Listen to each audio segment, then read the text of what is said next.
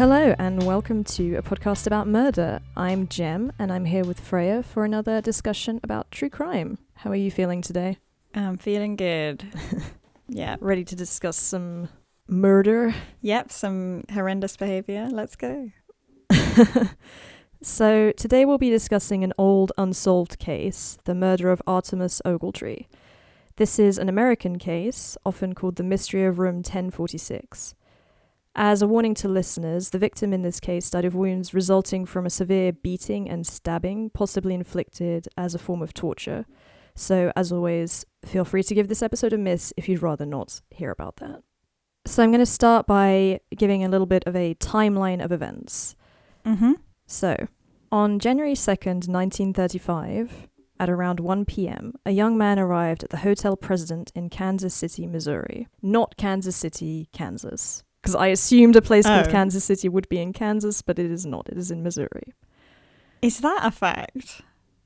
I did not realise that either. I always assumed Kansas City was in Kansas. Well, but maybe that's why they decided to call it Kansas City, to avoid confusion. But that's just crazy to call... Yeah, no, very strange behaviour, I think. Okay, but there is a Kansas City, Kansas as well. Apparently. That's even worse. No, that's absolutely demented behaviour. I think they should stop. So, yeah. He was well dressed but had no luggage with him. He asked to check into a room. He specified that he wanted one several floors up, not facing out onto the street. He signed his name Roland T. Owen and stated that he came from Los Angeles. He paid for a single night's stay. Hotel staff described him as being between 20 and 35 years old, which is quite a range, but as we've discussed on here before, I'm also very bad at estimating people's ages, so I don't know. You could be 35 and particularly young looking, or 20 and quite old. I'm pretty bad. I'm pretty bad with ages, but I think I'd know if you were 20 versus 35. I mean, 15 years is quite a range. I think when it 28 to 35, you know, late 20s to mid 30s, people look broadly similar. Yeah. But I don't know. I am pretty bad with it though. They also noted that he had a large scar on his head and a cauliflower ear, which is basically an injury that occurs when the ear has been hit and forms a blood clot or a buildup of liquid underneath the skin, permanently swelling and deforming the outer part of the ear around the cartilage. Yeah, I'd never heard of that before, about, I want to say 6 months ago, and I only heard that was a thing that loads of boxers have. Yeah, though this is the thing, because he had this injury, they assumed that he was some kind of professional boxer or wrestler. But I'd never heard of this injury before looking into this case. Owen was given room 1046. He was shown to his room by Randolph Probst, or Probst, I'm not sure how to pronounce his name, a bellboy. As they made their way up to the 10th floor, Owen explained to Probst that he had spent the previous night at the Muleback Hotel, but found their nightly rates too expensive. Probst let Owen into his room and watched as he removed a hairbrush, comb, and toothpaste from his overcoat pockets. The two then left the room together, making their way down the corridor. Probst went back to turn the lights off and lock the door before handing the room key to Owen.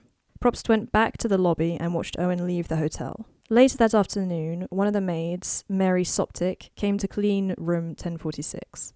She was surprised to be let into the room by Owen, as the previous tenant had been a woman. So I guess she was just uninformed that there had been a change in tenants. Soptic noted that the curtains were closed and that the only light in the room came from a dim desk lamp. While she cleaned, Owen put on his coat and got ready to go out. Before he left, he asked her not to lock the door, as he was expecting friends. Soptic finished cleaning the room and left the door unlocked as she left, as requested. She returned a few hours later at 4 p.m. with fresh towels for the room. The door was unlocked and dark as she had left it, so she was surprised to find Owen lying on the bed, fully dressed. She deposited the towels and noticed a handwritten note on the desk which read, "Don, I will be back in 15 minutes. Wait." In her statement to the police, Soptic noted that Owen always wanted to keep the room dark and described him as being worried or afraid of something. Right. So possibly on the run from some shady characters. Yeah. So it's definitely odd behaviour. The next day, January 3rd, Mary Soptic returned to the room at around 10:30 a.m. She opened the room with her pass key, something that she would only be able to do if the room had been locked from the outside. She therefore assumed that Owen would be out and was startled to find him sitting in the dark in the same place he had been the previous day. This meant that someone else had locked the room from the outside, with Owen still in it. Okay, that's super weird. Yeah. But who would have been able to do that? Like, do you have to have like a room key? I think you have to have a room key. So what I'm assuming is that he met someone, or someone found him at the hotel and then took his key and locked him in the room. Right, so he's like... Whether yeah, he was like, a voluntary participant in that or not, or like, I can't... It's strange to volunteer to be locked in a room by someone else. Yeah, because but, yeah. if it's the security thing, just lock yourself in the room and let them in when they get back. Either this is like a sinister thing and someone is like keeping him stuck in this room, or it's for his protection to stop other people from getting into the room. But then why can't he just lock people out? Right, so you think maybe... And then you have like a secret knock to let him know that it's you and he'll let you in. So you can lock what you're saying is you can lock the room from the inside. You can lock the room from the inside, and I believe that would have prevented the maid from opening it from the outside.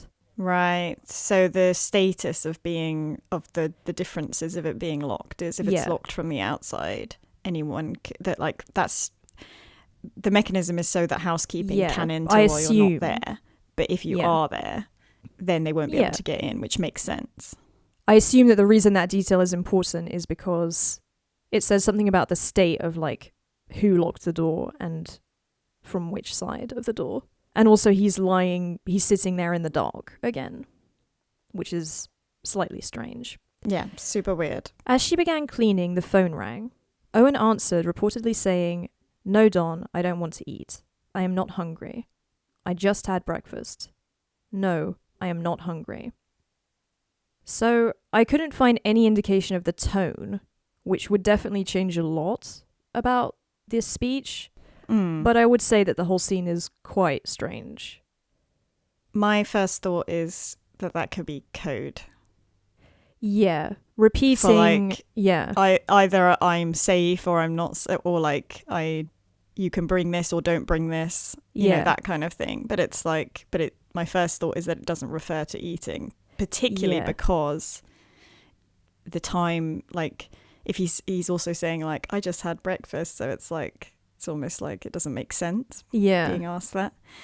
So that's my first thought about that. And then I'm also thinking, based off of that if he's like in danger, like maybe some kind of spy related thing or like undercover related thing, that it makes that maybe someone would lock him in as his handler or his like not bodyguard, but you know what I mean. The fact of repeating "I am not hungry" like really insistently definitely makes it sound like it's some kind of code word for something.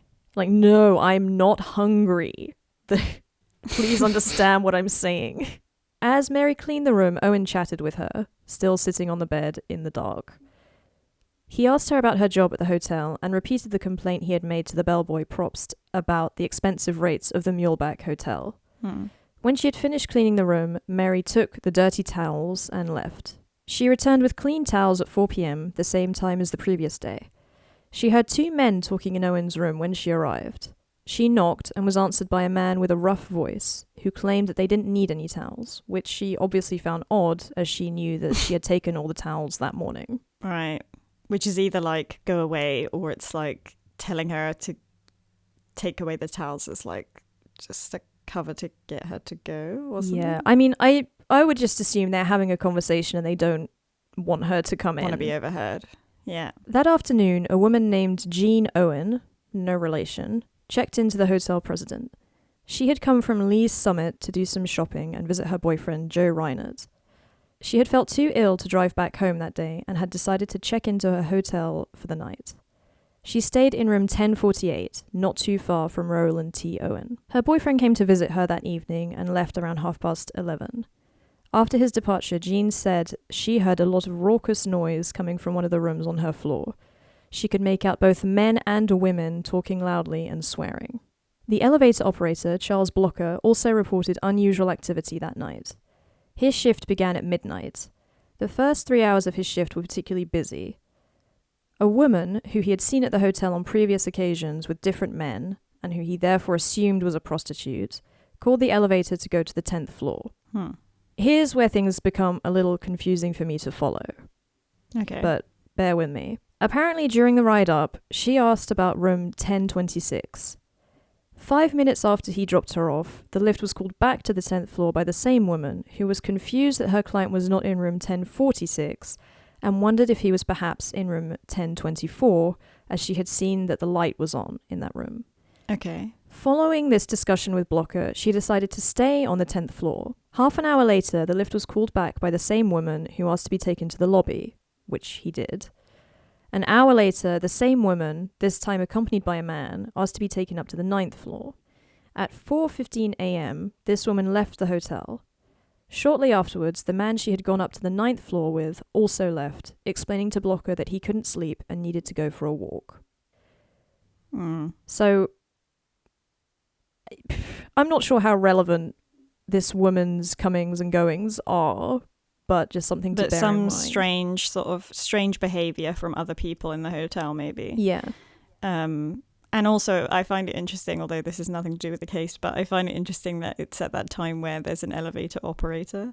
Yeah. There's like a guy who's always got to be in the lift, like working it for you. Yeah, and his shift starts at midnight. Like, we have to have someone in the lift at all times. That's one of those jobs where it's like everyone's glad that automation has got rid of that. Yeah. Nobody wants to do that job. Like, imagine having to sit in an elevator for like 6 hours. Yeah, on the off chance that someone might That's need crazy. to use it during the night. So boring. I hope he had a good book. I hope so. Blocker also reported that there had been a loud party going on in room 1055 that evening. So just something to bear in mind. This might be the source of the noise that Jean heard that evening. Lots of lots of stuff is going on in this hotel that Yeah. could be relevant, could not be relevant, Yeah. but is like just stuff going on. Yeah, lots of people moving about. Does hotel have any kind of reputation? I don't think so. I mean, I Or guess is it it's just a a cheaper regular- hotel because he commented that the rates of the other hotel were were too expensive for him. And based off of the fact that he meets this woman and assumes she's a prostitute. Yeah, like she's been seen, basically, I assume he sees her coming and going quite frequently and assumes that she probably takes her clients to the hotel, which sort of gives an indication so it's not of like the highest, it's like, is it still sort of maybe seedy? Yeah, maybe. Potentially. Or is that just, maybe that's just, they could take him anywhere, I guess. I guess, but that probably speaks to like the rooms must be pretty cheap and people won't necessarily like ask questions. Comment. Yeah. So the next morning, January 4th, at 7 a.m., switchboard operator Della Ferguson started her shift. She was preparing to make the wake-up call to room 1046 when she noticed that the phone for the room was off the hook. She asked a member of staff to go and check on the room. Randolph Probst, the bellboy who had taken Owen to his room 2 days prior, went to check on the situation. When he arrived, he saw a Do Not Disturb sign on the door handle. He knocked on the door and a voice inside asked him to enter, but the door was locked. He knocked again and the same voice asked him to turn on the lights. Assuming Owen must be drunk, he shouted through the door, asking him to hang up the phone, and went back to work. When the phone had still not been hung up, about an hour and a half later, Harold Pike, another bellboy, was sent up to investigate. The Do Not Disturb sign was still on the door, and the door was still locked, but Harold let himself in using his passkey. Presumably this again meant that the door had been locked from the outside, as it had been when Mary Soptic had come the day before. Harold saw Owen lying naked on the bed in the dark, breathing heavily. He also assumed he must be drunk. He noticed some darker patches on the bed, but assumed it was just a strange shadow. He hung up the phone and left. Around 10:30 a.m., another operator noticed that the phone in room 1046 was once again off the hook. Randolph Probst was sent to handle the situation. This time he had a key and let himself in. As he entered the room, he was greeted with a gruesome sight. The following quote apparently comes from his police statement. "When I entered the room, this man was within 2 feet of the door, on his knees and elbows, holding his head in his hands. I noticed blood on his head. Then I turned the light on, placed the telephone receiver on the hook. I looked around and saw blood on the walls, on the bed, and in the bathroom. This frightened me, and I immediately left the room and went downstairs. I get it. I get why he immediately left and was frightened. Yeah. But it still strikes me as kind of odd that he comes in and puts the phone on the receiver. Like, I've got to still do my job. The chain of events is so funny to me because he turns on the lights, then puts the phone on the hook, and then notices the blood.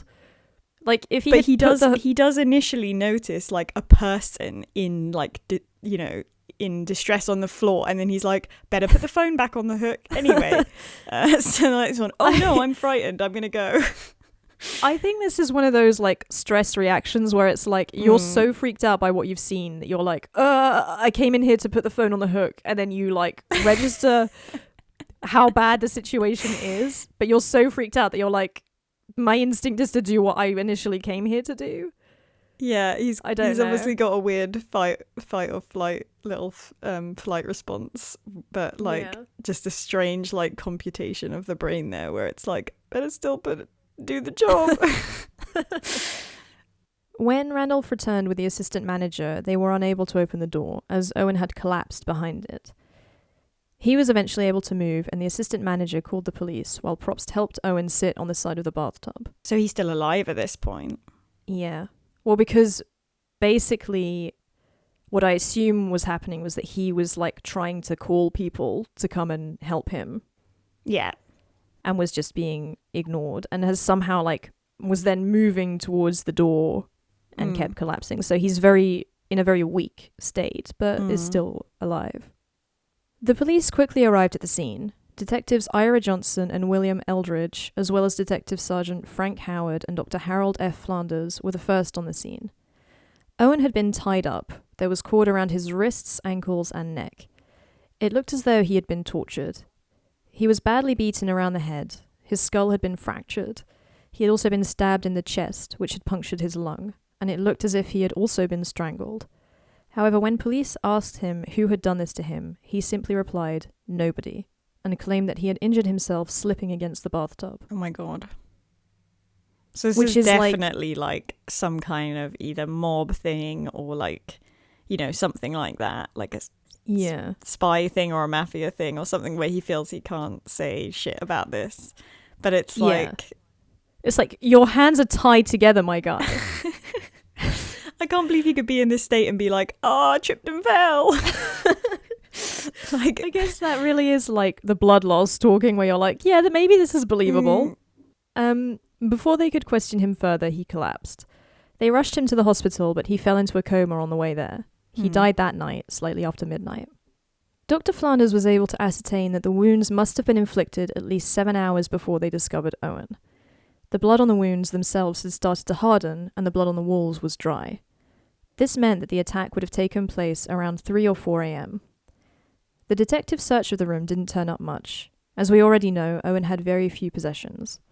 They noted that all of the hotel toiletries and towels were missing and were unable to find any kind of weapon in the room. This ruled out the possibility of attempted suicide. Well, yeah. Attempted suicide? Well, yeah, but what a shock. Like, what? I guess you have to rule it out, but it's the fact that like there is literally nothing in the room that he could have stabbed himself with. Shows that someone else has to have been involved. Okay, but also like his hands were tied together. Yeah. So like, but I mean, you got to do your due diligence, I guess. Like you got to really. I guess so, but like when you find a guy who's like been beaten and stabbed and his hands are tied together, I would never in a million years be like, better rule out suicide, like attempted suicide. Because that makes sense. Just imagining this guy like dragging himself around this room, like hitting himself in the face and shit. Jesus just Christ. Mental. Yeah, like the degree to which he's injured, like I don't think it would physically be possible for you to inflict that kind of damage. Also, the towels missing, I'm like, yeah, maybe that is suspicious, or maybe he just never got fresh towels because they sent the maid away. Like, yeah, well, that's what I was just thinking. That's not strange, is it? Because no, I don't think so. Ever get the fresh towels. The toiletries missing is maybe like maybe you could say that someone took them, but What kind of toiletries?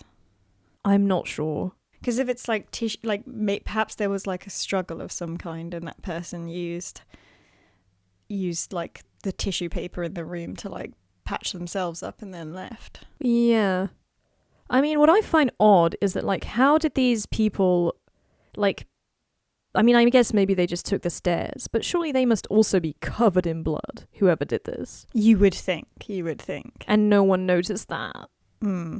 The only things they were able to find in the room were a label from a necktie, which showed that it came from a company in New Jersey, a hairpin, a safety pin, an unsmoked cigarette, and a full small bottle of sulfuric acid. Oh. It was like sealed though, so it hadn't been Yeah, but that's a weird used. one. It's odd. 2 water glasses were found in the bathroom. One was intact on the shelf.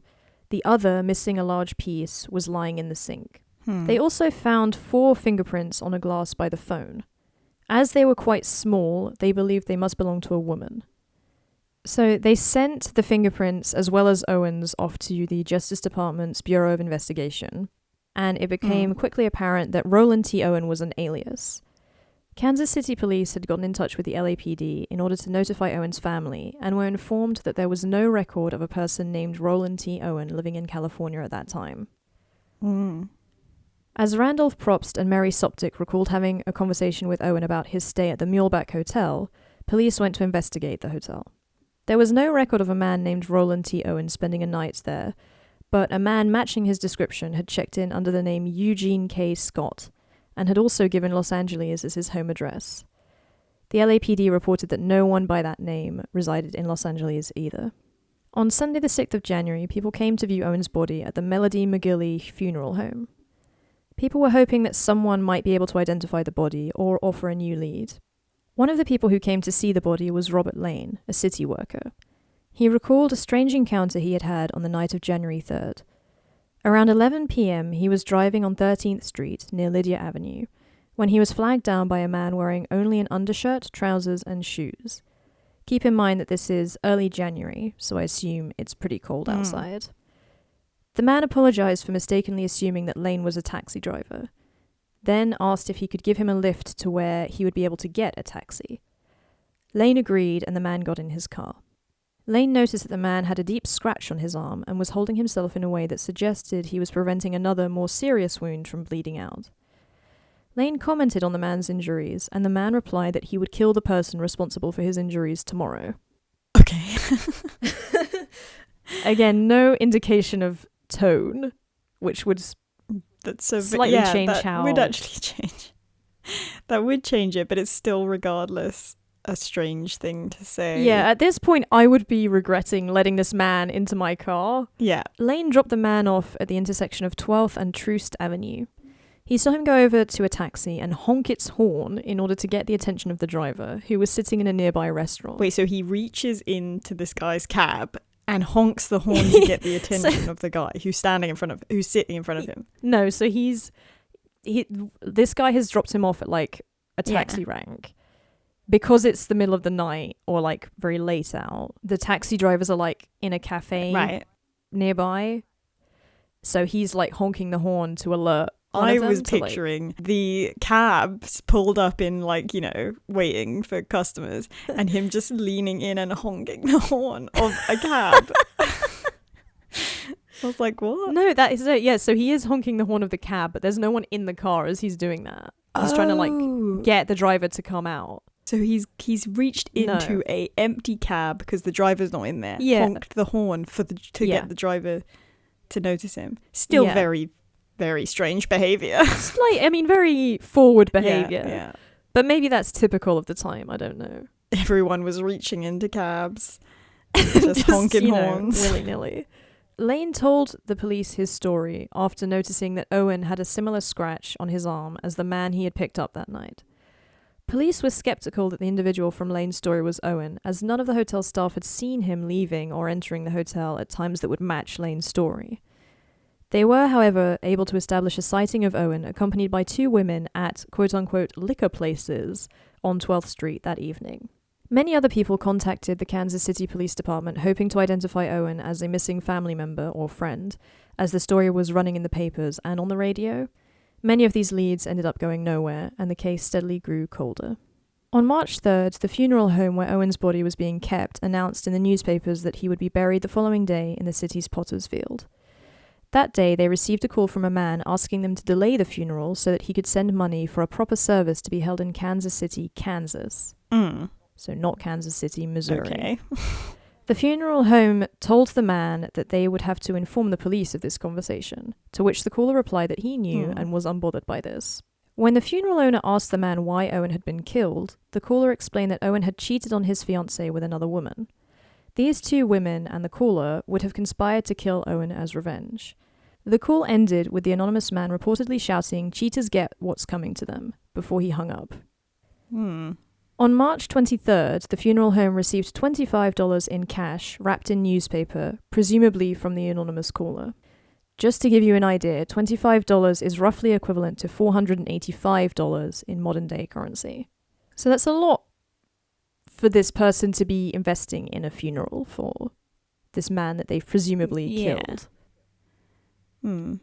A local florist received a similar phone call and a payment of $5 with a request of an arrangement of 13 American Beauty roses for the funeral.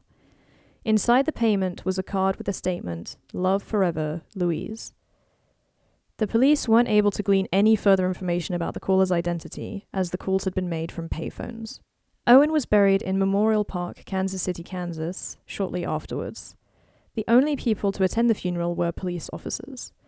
Undercover detectives staked out Owen's grave for the next few days, but no one else visited the site. The case went cold until autumn of the following year, 1936. A woman in Birmingham... So sorry, can I interrupt? Yeah. At this point... No, do not interrupt me. At this point, they don't know who this guy really is. No, which is what's making the investigation so difficult, I think. Yeah, so they still only know his two other names. Because I was just thinking about, no one came to the funeral, but it's like they don't know who this guy is. No, so and loads of people have we been don't know anything about his life. We don't know anything about him. There's this Louise character who's paid for some roses, and a man... And this other person who's paid for the burial, but they're not coming, obviously. So there's something strange and suspicious about their relationship to him. But also they'd have to be pretty stupid to go to the... Well, yeah. But I mean, if they had But it's a weird thing because it's like, this guy was so brutally murdered.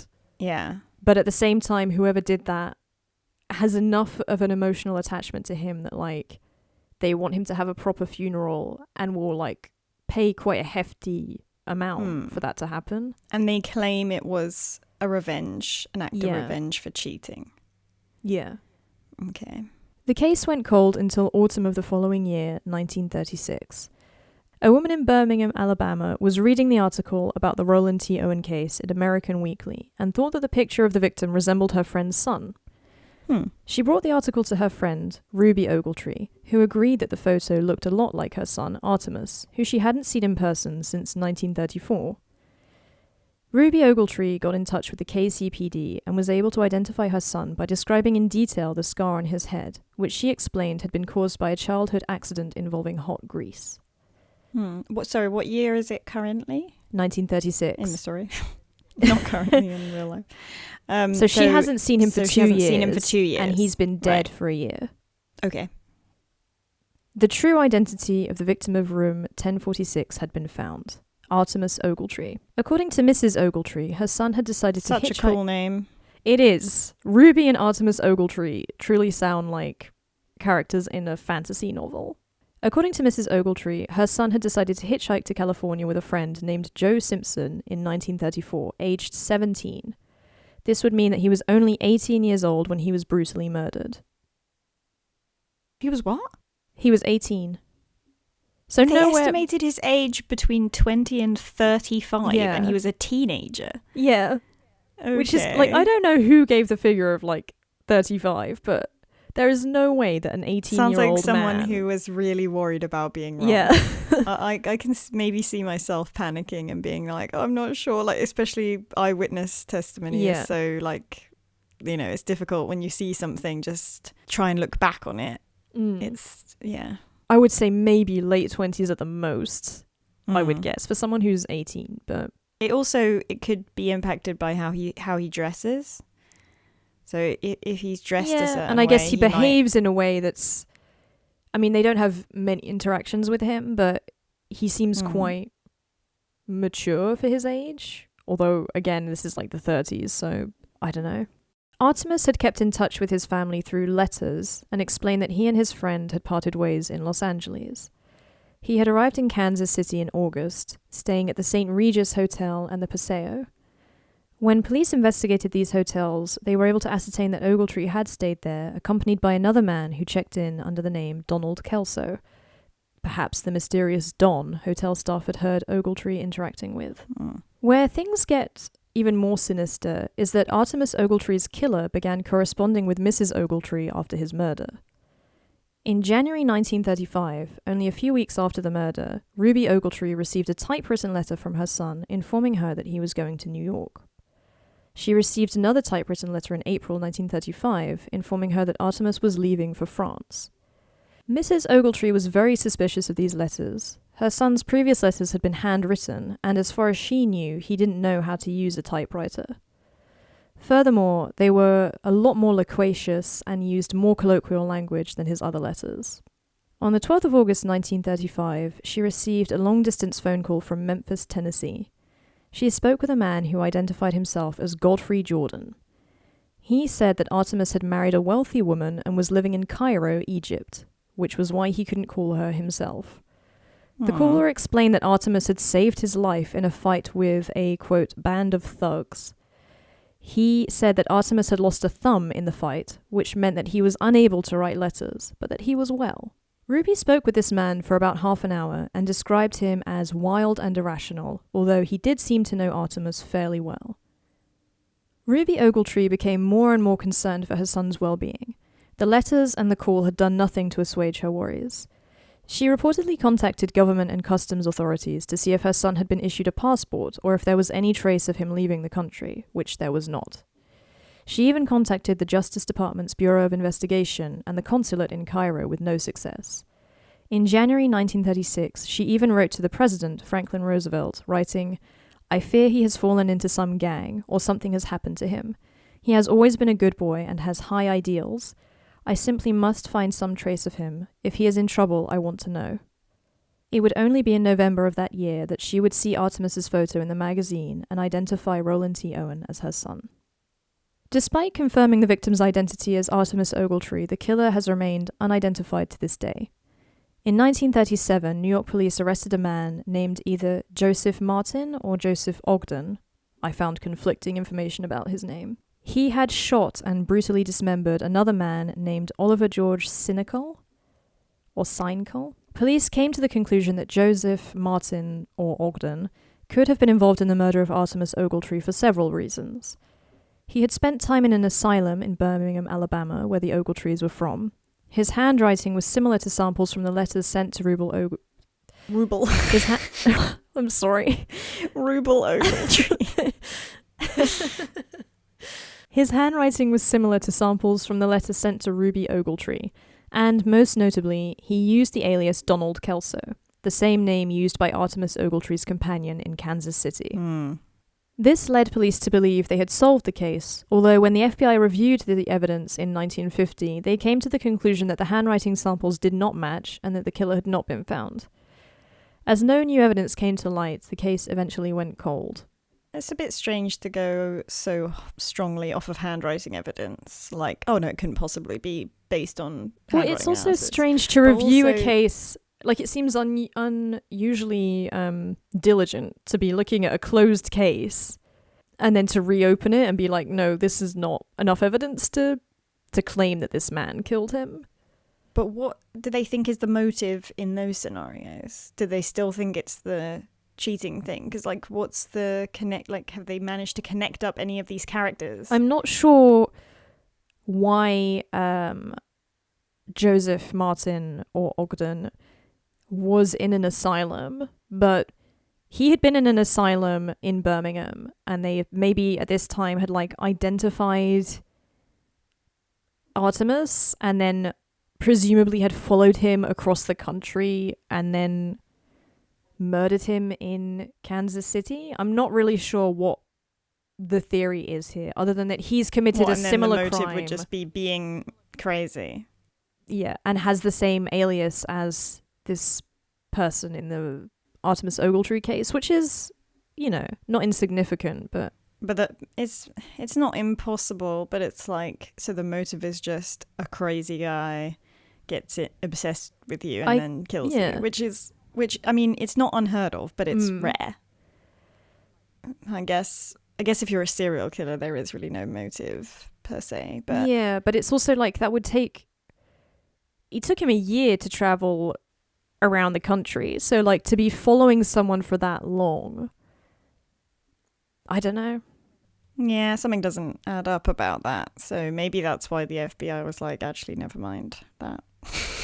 So, due to its bizarre nature and its many unanswered questions, this case has spawned a lot of theories over the years, which we'll discuss now. So, one of the most prominent theories is the one provided by the anonymous caller who paid for the funeral, that Artemis Ogletree had been engaged to a woman and then had had an affair. His fiancée, and perhaps a male friend or relative of hers, and another woman would have sought revenge for this behaviour. This could potentially explain the sighting of Ogletree with two women at liquor places on the night of his murder. But again... But I find it a bit strange that this... So he's engaged to a woman and cheats on her, but there's no... These people aren't linked to anyone? He got engaged to someone and he never met her family. He never, his mother doesn't know anything about... Yeah, his mum doesn't know this fiancé. But even on the other side, even if he was like trying to live a new life, they must have both been, because like she didn't introduce him to any of her friends or family. They were never seen together. We don't know who this woman is. She's just... Yeah. It's although maybe it's possible that this had all happened somewhere else and then he'd like trying to flee this situation had gone to Kansas City and they tracked him down. I guess. And then none of her family's coming forward because, you know, either they don't, it's like, oh, you know, that situation with that guy who cheated on you, let's not talk about that. Or they know that she like straight up killed him and they don't want to turn her over to the police. It just seems a bit like, it seems a bit odd that it sort of appears like the story is existing in like a vacuum with no like links to other people, no like witnesses saying like, oh, I knew a woman, she was in this relationship with this guy, looks like him. Exactly. So it seems like, weird.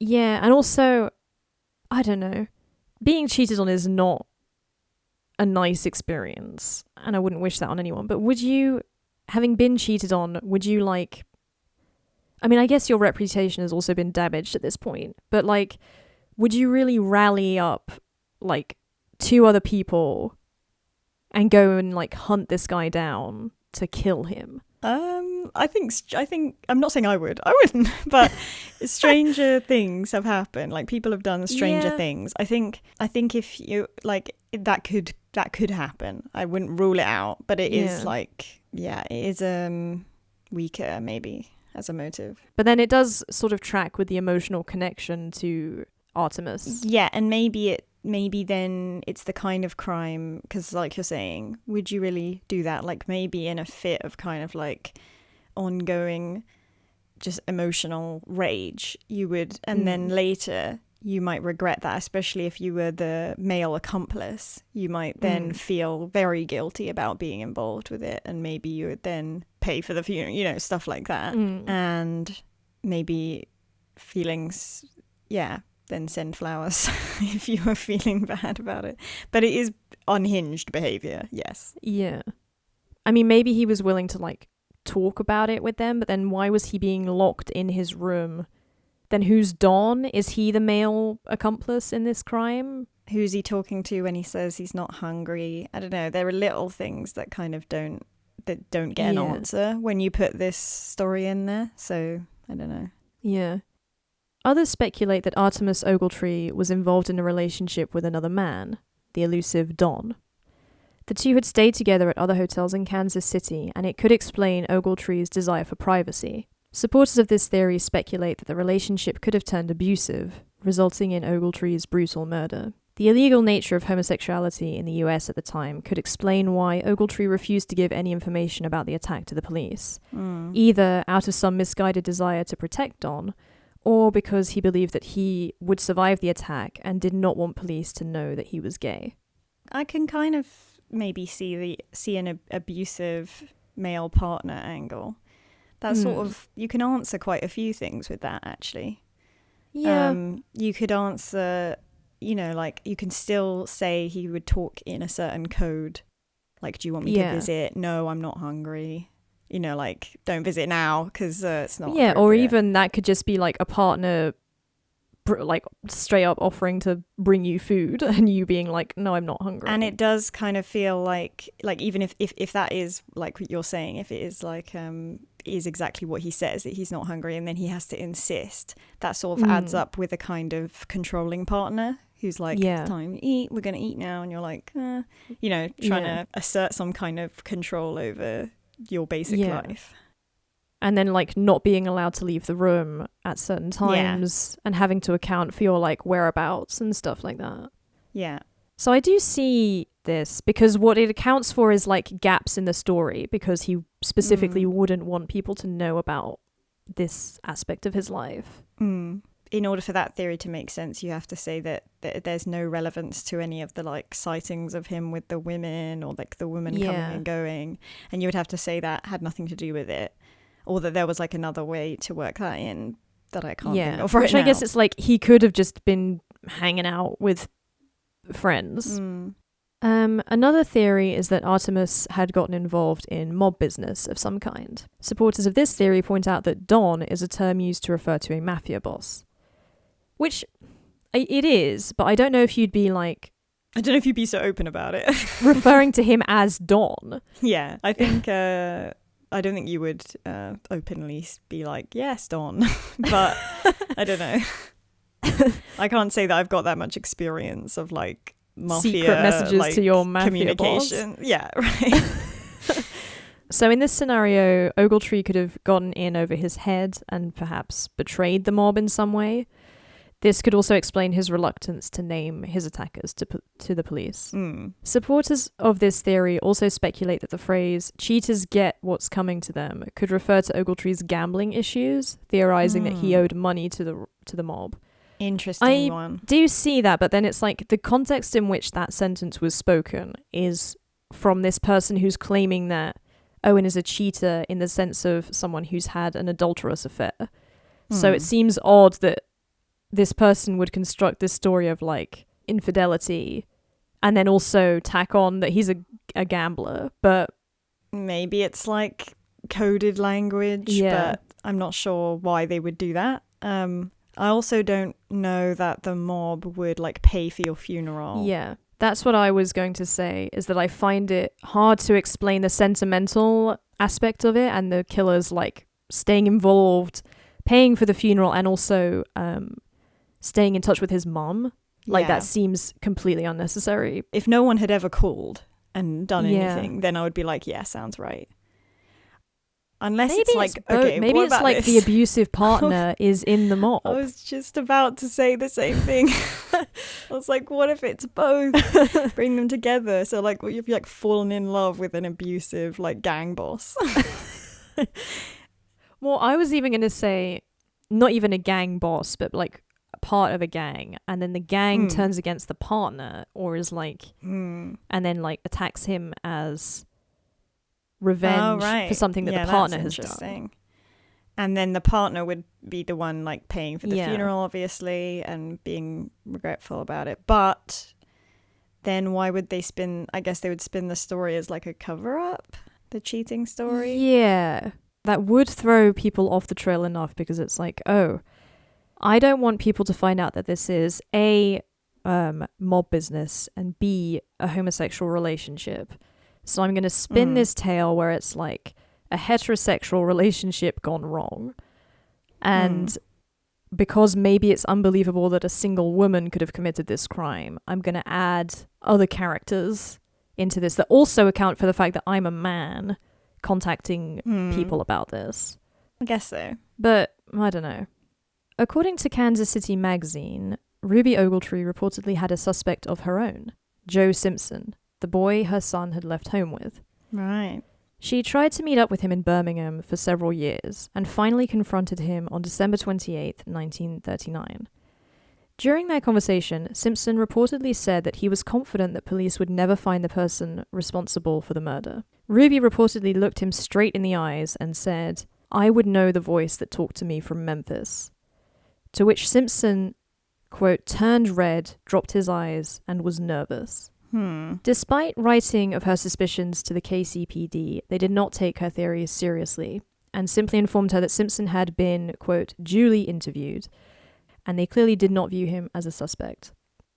But what if he's the guy? What if he's the partner? Because then it's like, okay, these two kids leave home together and the relationship turns sour.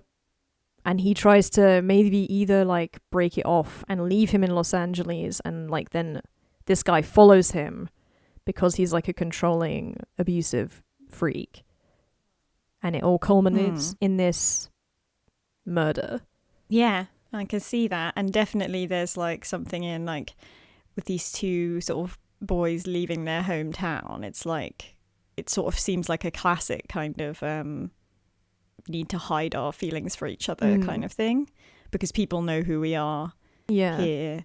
We can't be together. We have to like leave and become sort of nomadic or something. But also that would explain, I mean, if he's a childhood friend of his, I don't know how long they knew each other before this, but he would know his mother and maybe feel guilty about it enough that he would want her to feel like her son's okay. Yeah. So I do find that part of it quite convincing, because he would know enough about Artemis to like convince a person that he knew him intimately. And he would have a reason for like, first of all, knowing how to contact his mother, knowing that he had a regular correspondence with her, and then like coming up with this bizarre story that like really does paint Artemis in a very positive light, but also explains that there's never going to be any contact with him again. But he seems to be living a fabulous life in Cairo with an extremely wealthy wife, and that everything's great and we don't need to worry about him anymore. Well, one thing though I just started thinking about was the manner of death is quite, like when you think of a kind of abusive relationship turns really crazy and the person is accidentally killed. It's usually not intentional. But if it is intentional, it's usually part of a sort of, I guess you would say, a commonplace aspect of violence in the relationship that has then been taken to a place, let's say. Yeah. But this seems very much like almost like a torture situation. Yeah, like they're trying to get information out of him or something. Yeah, or just like, you know, I really want this person to suffer, but it's like it's more than a kind of, I don't know, there seems like there would have to be another angle in there to explain the nature of the actual crime itself and how brutal it is compared to, you know, obviously any murder of an intimate partner with violence is brutal, but like just the way that it's done is just like, it's not quite maybe congruent with like I battered this person, I went too far one time. I don't know, it seems more like orchestrated, more like thought about beforehand, like they've got a knife, you know, they're doing like they're stabbing, there's beating. Or you could also say like an abusive partner might believe that you've done something wrong when you haven't. You know, like that person might be quite paranoid, like maybe he was like thinking he was seeing another guy or something, and then he would be exacting revenge. Well, also Artemis clearly didn't want to be found. Yeah, like the fact that he's asking for a room several floors up, he doesn't want it to be seen from the street, so maybe he's trying to get out of this abusive relationship, and this other person doesn't want to accept that. But then I was also thinking, I don't know if the cauliflower ear was ever explained, like if his mother either knew, I forgot about the cauliflower ear. Like he's had it for a while, or he had explained how this had happened, and I could see that potentially being like a result of, well, I don't know, maybe he does do amateur boxing in his That free could be a time, but result that could of be a result ongoing of abuse, though, couldn't it? That's what I was thinking. I had forgotten about the cauliflower ear, to be honest. But yeah, that does sort of fit in. And I don't know, maybe if you are on the run from an abusive partner, you've already betrayed them then. So maybe there would be like a very brutal, premeditated kind of attack with like instruments and tying up and things like that, because you've already done the sort of bad thing to them. It's not like going too far in a beating or something. But then I'm also unclear as to like, was he supposed to be dead when they left him? I feel like it was definitely, I think that whoever it was thought he was dead. That's just my instinct. Yeah. But also because you can like, you know, when if they thought they had to escape in a hurry, they probably wouldn't like check very well that he was dead. And then they just kind of leave as quickly as they could, not realizing maybe that he was still breathing. But he would have been like knocked out, you know. Yeah. Which of the theories do you think is the most plausible? Or I guess like what are your final thoughts? My most liked theory, and I mean liked in the sense of like I like the way it lines up with the evidence, not I enjoy the story.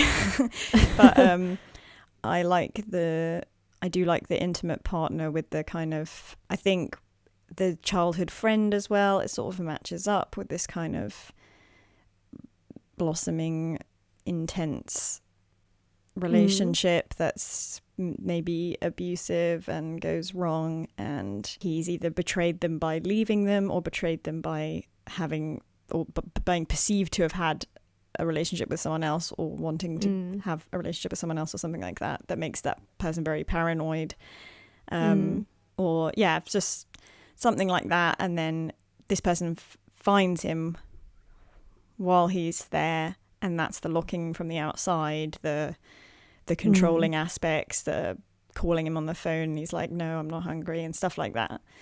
Then that's like stage 2. Let's say he's been found, this person's like in the hotel or in the vicinity of the hotel, and then they don't want to be heard having the conversation when the maid's there.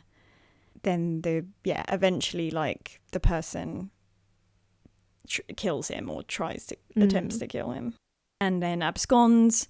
Maybe the fact that they left without any kind of attempt to maybe clean up the scene, and that they're not seen at all is quite strange, because as you say, they would have needed to clean up quite a bit to not be noticeable.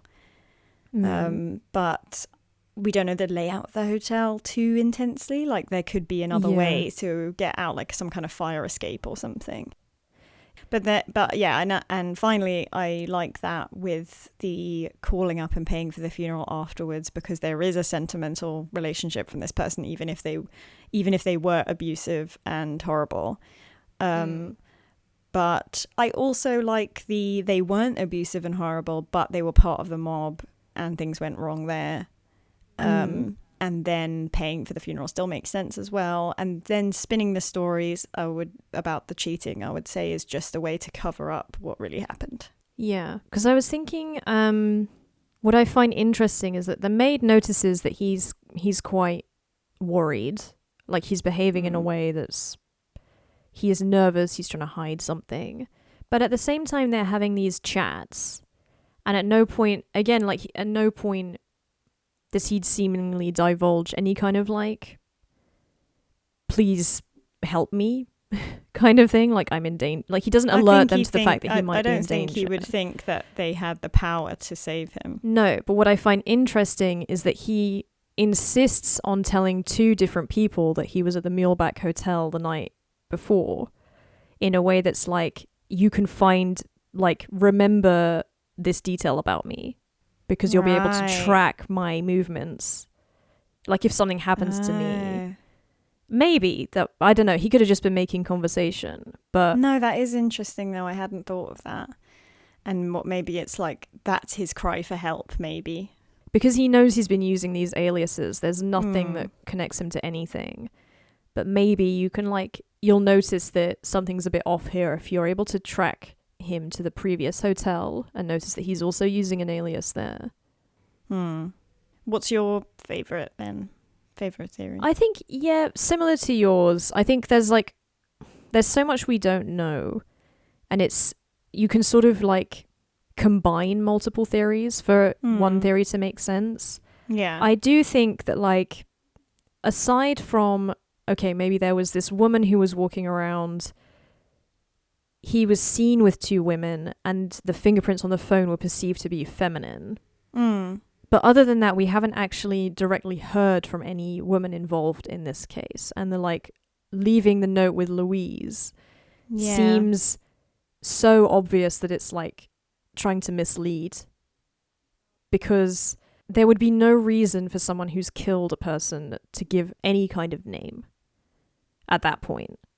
Do you know what I mean? Like, it seems so intentionally meant for misdirection. Right. But again, that could fit with any of the theories. Yeah. I'm trying to think if there's any other, like, piece that we're missing from, like, that we haven't discussed, but I guess there's always was a spy. Can always throw that in somehow. yeah. And again, the story would need to I be guess covered this wasn't up and such. this wasn't like peak spy times though. What was peak spy times? Please elaborate. Well, like during the wars. I guess, but this is still. I mean, it's between wars, right? Yeah. So was Missouri the hotspot of like I don't know, secret intelligence? I guess you're right. That doesn't really add up. But he could be like on the lam. I'm gonna just admit that I don't know what that phrase means. Like on the run. Oh, okay. So, I mean, and also he's like a teenage. I don't think it's very common. Yeah, he's even also at like this time 17 for someone to be a fully fledged spy by 17. Yeah. Recruited straight out of Birmingham, Alabama. Although I love the idea of this like a young adult novel series about Artemis Ogletree, the teenage spy, because it feels like a cool story. Yeah. But thinking about it, that doesn't seem very likely. Yeah. It would almost fit if we went with the sort of version of events presented to his mum by the killer. Of like, oh, and then he went to France, and then he moved to Egypt, and like he's leading this international life of mystery. But that's probably a lie. Yeah. Well, that's that for the case of Artemis Ogletree. Thank you for listening. Thank you. We hope you enjoyed this episode. Don't forget to subscribe to this channel on whatever platform you listen to these. We're also on social media if you would like to connect with us there. We'd love to hear from you, especially if you have any thoughts or theories related to this case. I think there are so many ways you could like interpret the evidence. So we're on Twitter at About Murder, on Instagram at A Podcast About Murder, on Facebook it's a podcast about murder with no E, and you can always send us an email at a podcastaboutmurder@outlook.com. See you all next week. Speak to you all next week. Yeah. All right. Have a good weekend. Why do we never figure out a good sign off? We just faff around. I don't know. Until it trails off. It's just like our signature. Okay. Bye.